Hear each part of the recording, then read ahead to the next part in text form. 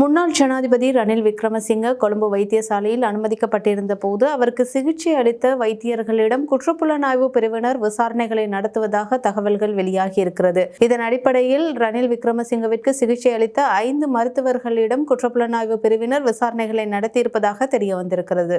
2023ஆம் ஆண்டு ரணில் விக்ரமசிங்க ஜனாதிபதியாக செயற்பட்ட போது அரச நிதியை தனிப்பட்ட தேவைக்காக பயன்படுத்திய குற்றச்சாட்டில் கடந்த ஆகஸ்ட் மாதம் அவர் கைது செய்யப்பட்டு விளக்கமறியலில் வைக்கப்பட்டிருந்தார். விளக்கமறியலில் இருந்தபோது ரணில் விக்ரமசிங்கவிற்கு உடல் நல குறைபாடு ஏற்பட்டு சிறைச்சாலை வைத்தியசாலையில் அனுமதிக்கப்பட்டிருந்தார். இதனைத் தொடர்ந்து கொழும்பு தேசிய வைத்தியசாலையில் அனுமதிக்கப்பட்டு சிகிச்சை பெற்றிருந்தார். இந்த நிலையில் அவர் பெற்றுக்கொண்ட சிகிச்சையின் அடிப்படையில் அவர் தனது உடல்நல குறைபாடை காரணம் காட்டி அவர் பிணையில் செல்வதற்கு அனுமதியை பெற்றுக்கொண்டார். அதனைத் தொடர்ந்து சிகிச்சைகள் பெற்றதன் பின்னர் அவர் வைத்தியசாலையில் இருந்து வெளியேறியிருந்தார்.